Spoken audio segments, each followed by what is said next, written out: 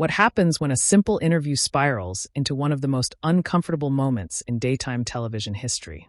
The Kelly Clarkson Show has seen its share of awkward exchanges, emotional revelations, and surprise announcements.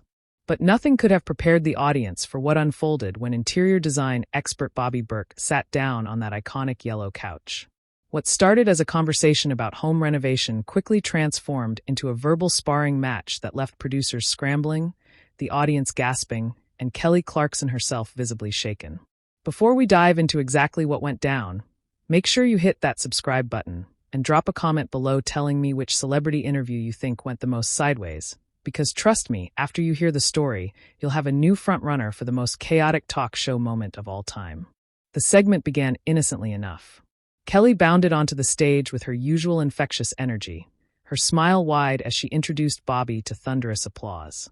He walked out looking polished in a crisp navy suit, waving to the crowd with the confidence of someone who had done hundreds of these interviews before. The audience, packed with fans who knew him from his years transforming homes and lives on television, cheered enthusiastically. Kelly gestured for him to sit, and as the applause died down, she launched into her opening question with the warmth that had made her one of daytime's most beloved hosts. "Bobby, so good to have you here," Kelly said, leaning forward with genuine enthusiasm. "I have to tell you, I've been binge-watching your new show and I'm obsessed. The way you transformed that family's living room in episode 3, I literally cried. How do you manage to make every space feel so personal and meaningful?" Bobby settled into the couch, but there was something slightly guarded in his posture. "Well, Kelly, I appreciate that. For me, it's always been about listening to what people actually need, not just imposing my own vision on their space. Too many designers, and honestly, too many shows, focus on what looks good for the camera rather than what works for real life." Kelly nodded enthusiastically, not catching the subtle edge in his tone. "Absolutely. Absolutely. And speaking of what works for real life, I saw that you recently did a redesign for a celebrity client. Is that something you can talk about? Because the before and after photos that leaked online were stunning." Bobby's expression shifted almost imperceptibly, a tightness appearing around his eyes. "Kelly, that's actually a perfect example of what I was just talking about. Those photos were leaked without permission, which violated my client's privacy and turned what should have been a personal, meaningful transformation into tabloid fodder. The media has this way of taking something beautiful and commodifying it, stripping away all the intention and care that went into it." Kelly's smile faltered for just a moment. The audience sensed a shift in energy, a subtle cooling of the temperature in the room. "Oh, I totally get that," she said, recovering quickly. "Privacy is so important, especially in this business. But I think people are just genuinely inspired by the work. They want to see what's possible in their own homes." "Maybe," Bobby replied, his tone measured but pointed. "Or maybe we've created a culture where nothing is sacred anymore, where everyone feels entitled to access every aspect of someone's private life. And I have to say, Kelly, shows like yours kind of feed into that, don't they? This whole format of bringing people on, asking them personal questions, digging into their lives for entertainment value." The audience went quiet. Kelly sat back slightly, her professional smile still in place, but her eyes showing confusion. That's the nature of talk shows, Bobby. People come on voluntarily to share their stories, to connect with audiences. Nobody's forcing anyone to be here, right?"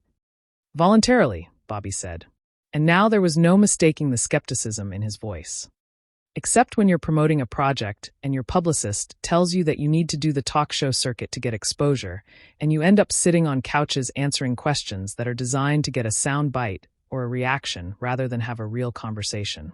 It becomes less about genuine connection and more about performing authenticity for ratings." Kelly's expression hardened. "Bobby, I have to push back on that. I genuinely care about the people who come on this show. Every conversation I have, I go into it wanting to understand their story, to give them a platform to be heard.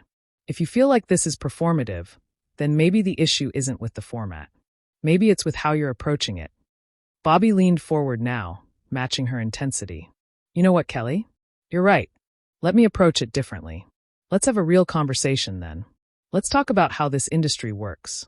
You sit here in your multi-million-dollar studio backed by a massive production team asking guests to be vulnerable and authentic while everything is carefully scripted and timed down to the second. How is that real? How is that genuine connection?" The producers in the control room were frantically communicating through headsets. In the audience, people shifted uncomfortably in their seats. Kelly's face flushed slightly, but she maintained her composure. Nothing about this is scripted, Bobby. Yes, we have topics we plan to cover. That's how television works. But the conversations are real. My reactions are real. And I think you know that, which makes me wonder why you're suddenly acting like you're being victimized by a process you agreed to participate in. Bobby's voice rose slightly. Kelly, this is exactly what I'm talking about.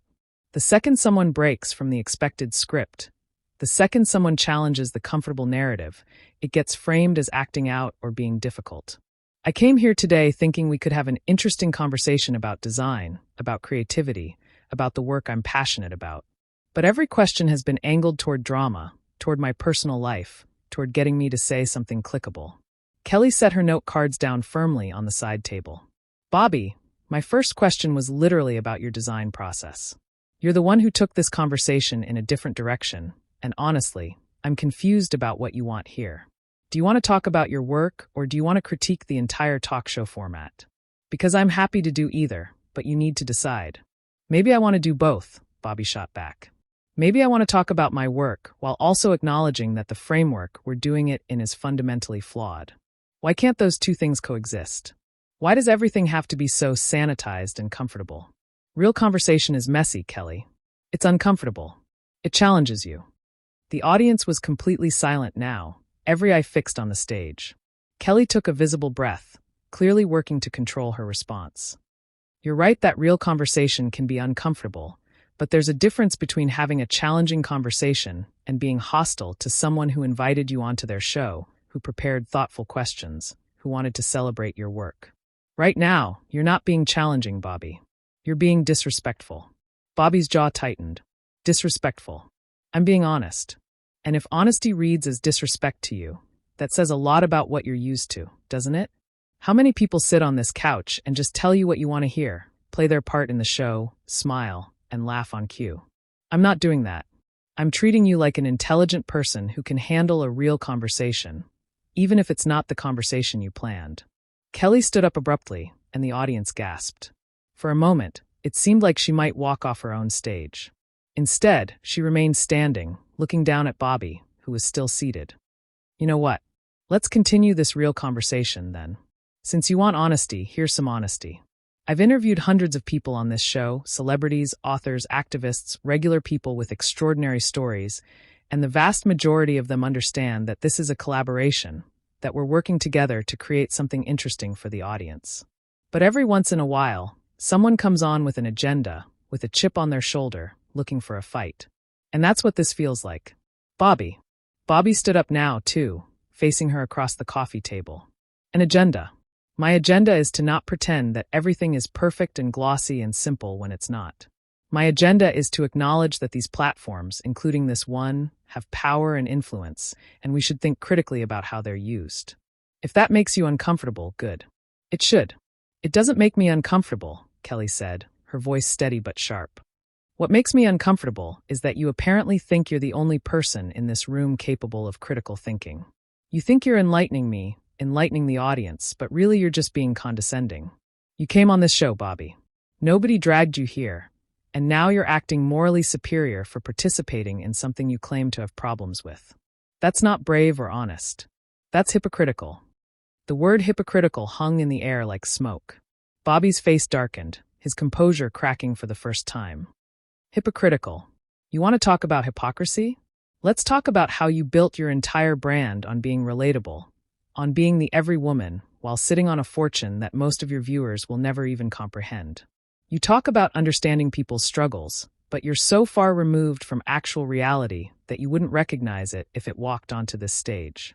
The audience audibly gasped. Several people put their hands over their mouths. Kelly's eyes widened, genuine shock registering on her face. Excuse me, Bobby. You need to take a step back right now. You don't know anything about my life, about where I came from, about what I've been through, and you certainly don't get to come onto my show and make assumptions about my character or my intentions. Bobby laughed, but it was harsh and humorless. Your show. That's what this comes down to, isn't it? This is your show, your set, your rules. And when someone doesn't follow them, When someone doesn't treat you with the deference you've come to expect, you can't handle it. You ask me to be vulnerable, to be real, but only in the ways that fit your narrative.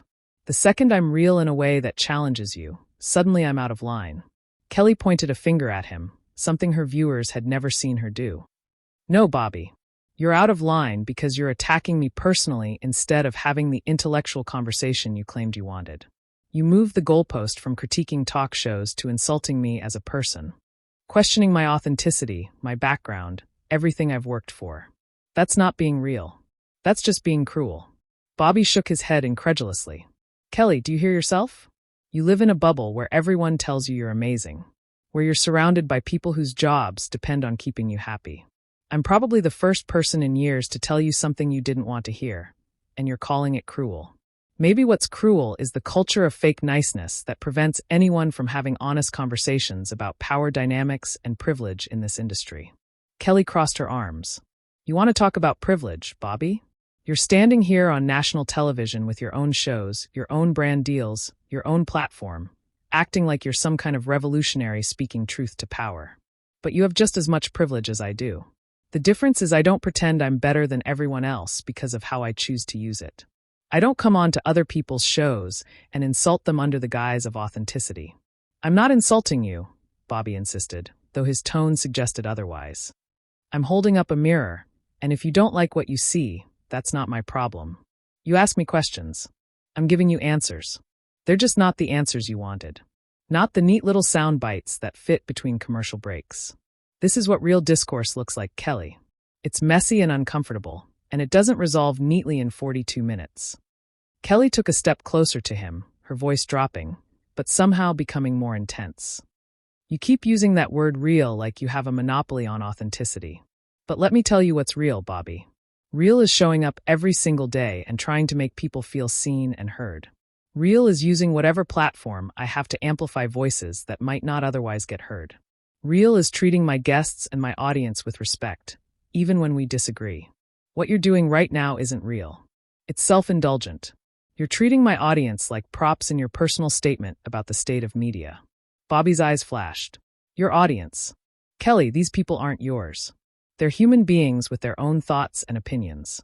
And maybe, just maybe, they're tired of the carefully curated version of conversation they get fed every day. Maybe they actually appreciate seeing two people have a genuine disagreement instead of the sanitized, pre-approved content that passes for discourse on shows like this. Then let's ask them, Kelly said suddenly, turning to face the audience. Several production assistants in the wings waved their arms frantically, trying to signal her to stop, but she ignored them. Seriously, let's get real feedback. Audience, show of hands. How many of you are feeling enlightened by this conversation? How many of you think this is valuable television? The audience sat frozen, clearly uncomfortable being put on the spot. A few hands raised tentatively, then lowered. Most people just stared, uncertain how to respond. Bobby turned to look at them, too, his expression unreadable. See, Kelly, you can't even let them respond authentically. You're weaponizing them, using them to make your point. That's not giving them a voice. That's using them as ammunition. Kelly turned back to him, her face flushed with anger now. Oh, that is rich coming from you. You've spent this entire interview using me as your punching bag to make some vague point about media criticism. You haven't talked about your work, your projects, the things you're supposedly passionate about. All you've done is tear down what I've built, question my motives, and act superior. And you call that giving people something authentic. I call it refusing to participate in the charade, Bobby fired back. Every day hundreds of shows like this air, and everyone plays their part. The host asks softball questions. The guest gives charming answers. Everyone laughs at the right moments. And nobody says anything that matters. I'm giving your audience credit for being able to handle substance, even if you're not. Kelly's voice rose. Substance. Bobby, you haven't said anything substantive this entire time. You've made broad accusations about the media, about talk shows, about me personally, but you haven't offered a single concrete example, a single alternative, a single constructive idea. It's easy to tear things down. It's easy to sit back and criticize and act intellectually superior. What's hard is actually building something, creating something, contributing something positive, which is what I try to do every single day with this show. Positive, Bobby repeated mockingly. Is that what we're calling it, Kelly? Your show is a business. It's designed to sell advertising to keep viewers engaged, so they'll watch commercials to promote products and projects. There's nothing wrong with that. It's capitalism. It's how the industry works. But don't dress it up as some altruistic mission to connect with people. You're selling a product just like I am, just like everyone in this industry is. The difference is, I'm willing to admit it. Kelly's hands clenched into fists at her sides. You know what, Bobby? You're right about one thing. This is a business. And part of that business is deciding who I want on this show, who I want to give a platform to. And right now, I'm realizing I made a mistake because I brought you here thinking we could have an interesting conversation about design, about creativity, about your journey. Instead, you've turned this into some kind of performance art piece about how enlightened you are and how shallow everyone else is. Performance art, Bobby said, his voice dripping with sarcasm. That's perfect, actually, because that's exactly what this whole format is, Kelly. It's performed intimacy, performed friendship, performed care. You sit here and you ask people about their lives, and you make sympathetic faces, and you touch their arm at the right moment, but it's all choreographed. It's all designed to create a parasocial relationship with viewers who think they know you, who think this is real. Kelly stepped even closer until they were barely 3 feet apart. You want to know what's real, Bobby? What's real is that I'm seconds away from asking you to leave my stage. What's real is that you've insulted me, insulted my show, insulted my audience, and you've done it all while acting like you're doing everyone a favor. What's real is that I've had enough. Bobby smiled, but it wasn't friendly. Then asked me to leave, Kelly. Go ahead. Prove my point. Show everyone watching that the second someone challenges the narrative, the second someone refuses to play along, they get silenced. Kick me off your show and let's see how that looks. The tension was suffocating. The audience sat in complete silence, transfixed by the confrontation. Camera operators zoomed in, capturing every micro-expression, every moment of the standoff. Kelly stared at Bobby, her chest rising and falling with barely controlled emotion. When she spoke, her voice was quiet but intense. You think you're some kind of martyr, don't you? You think getting kicked off a talk show makes you brave, makes you principled, but it doesn't, Bobby. It just makes you someone who doesn't know how to have a respectful conversation with someone they disagree with. Respect has to be earned, Bobby shot back. And honestly, Kelly, after sitting here and watching you perform your concern, your interest, your authenticity, I don't think you've earned it. I think you've built a very successful career on being likable, and that's great for you. But likability isn't the same as integrity.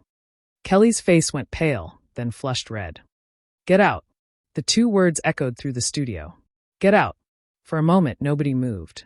Bobby stood there, his expression unreadable, while Kelly remained rooted in place, her arm now extended toward the wings in a clear gesture of dismissal. The cameras continued rolling, capturing every second of what was rapidly becoming one of the most shocking moments in daytime television history. Excuse me? Bobby said, his voice dangerously calm. You're actually doing this. You're actually proving every single point I just made. Kelly's arm didn't waver. Yes, Bobby. I'm asking you to leave. Not because you challenged me. Not because you have different opinions, but because you've been disrespectful, condescending, and hostile from almost the moment you sat down. This isn't a conversation anymore.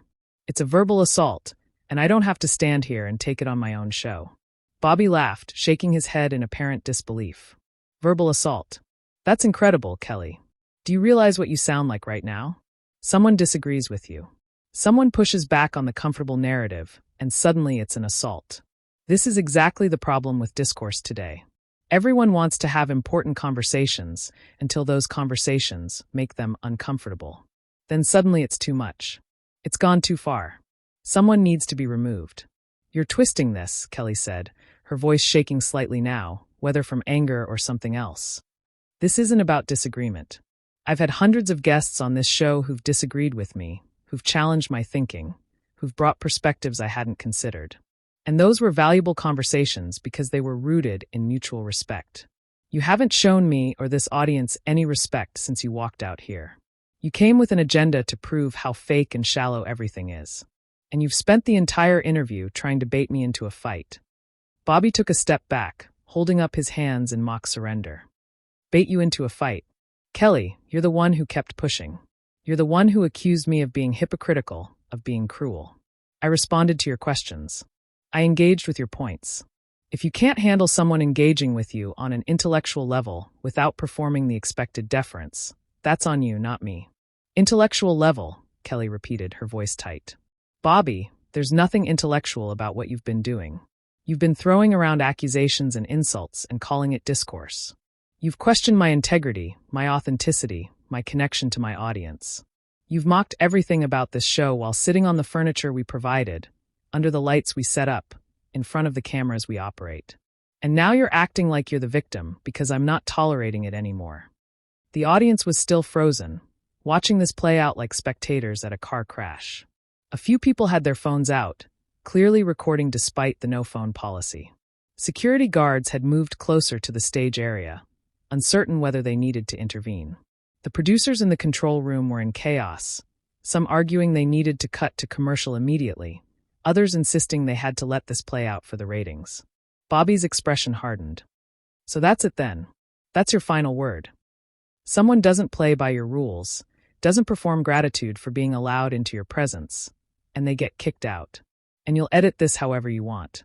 Make yourself look reasonable, and me look unstable, and your audience will never know what really happened here. What really happened here, Kelly said, her voice gaining strength, is that I invited a guest onto my show who decided to use that platform not to share his work or his perspective, but to attack the very concept of the show itself. And when I pushed back, when I defended myself and my team and what we've built, you escalated. You kept pushing and pushing, trying to get me to this exact point so you could claim victory. Well, congratulations, Bobby. You got what you wanted. You're getting kicked off the show. I'm sure that'll play great for your brand. Bobby's jaw clenched. My brand. Of course that's what you think this is about. Because in your world, everything is about brand management and image control and playing the game. It couldn't possibly be that someone genuinely has principles they're not willing to compromise. That someone values honesty over likability. No, it must be a calculated move for personal gain. You don't get to lecture me about principles, Kelly fired back, her composure completely gone now. You don't get to stand there and act morally superior while you insult someone who's done nothing but try to give you a platform. You talk about honesty, but you've been dishonest from the start. You accepted this booking knowing exactly what kind of show this is. You came here with an agenda, and now you're shocked that there are consequences for how you've behaved. That's not principles, Bobby. That's just being disingenuous. Consequences, Bobby said, seizing on the word. There it is. Step out of line, face consequences, stay in your lane, play your part, or get punished. That's the message, right? And you wonder why everything feels so sterile, so safe, so meaningless. Because anyone who tries to inject some reality, some substance, some actual challenge into these spaces gets silenced. Kelly moved closer to him again, her voice dropping to something almost dangerous. You want to know what's meaningless, Bobby? This entire conversation, because you haven't said anything. You haven't made any actual points. You've just lobbed grenades and acted enlightened when people react to the explosions. That's not substance. That's just chaos. And I'm done with it. Security. At that word, 2 security guards started moving toward the stage. Bobby held up a hand to stop them, his eyes locked on Kelly. Don't touch me. I'm leaving. But let me say this first. He turned to address the cameras directly, ignoring Kelly entirely. Everyone watching this, everyone who saw this entire exchange, you just witnessed what happens when someone refuses to play the game. You saw how quickly the mask drops, how fast the performative kindness disappears when someone doesn't bow and scrape appropriately. This is your beloved Kelly Clarkson, everyone. This is who she really is when the script doesn't go her way. Kelly moved between Bobby and the camera, her face flushed with anger. No, you don't get to do that. You don't get to turn this around and make yourself the hero of this story. You came onto my show. You were disrespectful and hostile. And now you're trying to spin it like you're some kind of truth teller being silenced. But everyone watching saw what really happened. They saw you attack me unprovoked. They saw you escalate at every turn. They saw you refuse every attempt I made to bring this back to a productive conversation. Bobby laughed bitterly. Productive, right? Productive means agreeable, means compliant, means giving you what you want. I wasn't unprovoked, Kelly. You provoked this the moment you asked questions designed to get me to sell myself, to package my work into neat little digestible chunks for your audience. I just refused to do it, and you can't handle that. I can't handle it. Kelly's voice rose to almost a shout. Bobby, I've handled this entire disaster of an interview with more grace than you deserved. I've tried to engage with you. I've tried to understand what you actually want from this conversation, and all you've done is attack. So yes, I'm asking you to leave, not because I can't handle challenging conversations, but because you're not interested in a conversation at all. You're interested in a soapbox, and I'm not giving you mine anymore. The security guards were on the stage now, flanking Bobby but not touching him. He looked at them, then back at Kelly, then out at the audience. Several people in the crowd looked away when his eyes swept over them, uncomfortable with the intensity of the moment. If this is how it ends, Bobby said, his voice steady, then this is what happens when you tell the truth in these spaces. You get escorted out by security while the host plays victim. The truth, Kelly said, and now there were tears of frustration in her eyes. You keep saying that word like it means something. But your truth, Bobby, is just your opinion. Your truth is your perception filtered through your biases and your agenda. It's not objective reality. And the fact that you can't tell the difference between having an opinion and speaking universal truth is exactly why this conversation has been so impossible. Bobby started walking toward the wings. The security guards followed, but he stopped at the edge of the stage, turning back one more time. You know what, Kelly? You're right about one thing. This is impossible. It's impossible to have a real conversation with someone who's so invested in their own image that they can't hear any criticism without treating it as a personal attack. I actually came here today hoping we could talk about something real, something meaningful. But you're so trapped in your performance that you can't even recognize authenticity when it's in front of you. Kelly's hands were shaking now. Get out. Just get out, Bobby. This is over. Bobby gave a mocking salute. It was over before it started. He walked off the stage, disappearing into the wings with the security guards. The second he was out of sight, Kelly turned back to face her audience. The cameras were still rolling, capturing her standing alone on the stage, visibly shaken, her chest heaving with emotion. She took a deep breath, running her hands through her hair. When she spoke, her voice was raw. Wow. I don't even know what to say right now. I've never, in all my years doing this show, I've never had an interview go that way. And I am sorry you all had to witness that. I'm sorry that what was supposed to be a fun conversation about design and creativity turned into whatever that was. The audience sat in stunned silence. A few people started clapping tentatively, and then more joined in until the entire studio was applauding Kelly. She smiled weakly, wiping at her eyes. Thank you. Thank you for that. I need everyone to know that this show has always been about creating a space where people feel safe to share their stories, to be vulnerable, to connect. And what just happened? That wasn't connection. That wasn't conversation. I don't know what that was, but it wasn't what we stand for here. She paused, collecting herself. We're going to take a commercial break, and when we come back, we're going to move on. We have an incredible musical performance lined up, and I think we could all use something uplifting after that. So stay with us. We'll be right back. The stage manager called cut, and Kelly immediately walked off to the wings, her professional mask finally crumbling. The audience sat buzzing with conversation, everyone trying to process what they just witnessed. Camera operators and producers rushed around, already planning how to handle the footage, whether to air it, how to control the narrative before clips inevitably leaked online. In the green room, Bobby was gathering his things, his face impassive. A production assistant hovered nervously nearby, unsure what to say or do. Bobby ignored her, slinging his bag over his shoulder and heading for the exit without a word to anyone. His phone was already buzzing with messages, notifications piling up as word of the confrontation spread through industry channels. Back on the stage, the audience slowly filed out during the extended break, everyone talking excitedly about what they'd witnessed. Some defended Kelly, insisting Bobby had been out of line from the start. Others argued he'd made valid points that Kelly had overreacted. A few people were already posting on social media their first-hand accounts, adding fuel to what would quickly become a firestorm. The show eventually continued, though Kelly was visibly shaken through the remaining segments. The musical guest performed. The audience clapped and sang along, and on the surface, everything returned to normal. But everyone in that studio knew they'd witnessed something that would be talked about for a long time. A moment when the carefully maintained facade of daytime television had cracked wide open, revealing the tensions and conflicts that usually stayed hidden behind professional smiles and scripted banter. So, what do you think? Was Bobby right to challenge the format and call out what he saw as performative authenticity? Or did he cross a line by attacking Kelly personally on her own show? Drop a comment below and let me know your take. And don't forget to subscribe, because trust me, we're going to be breaking down the fallout from this for weeks.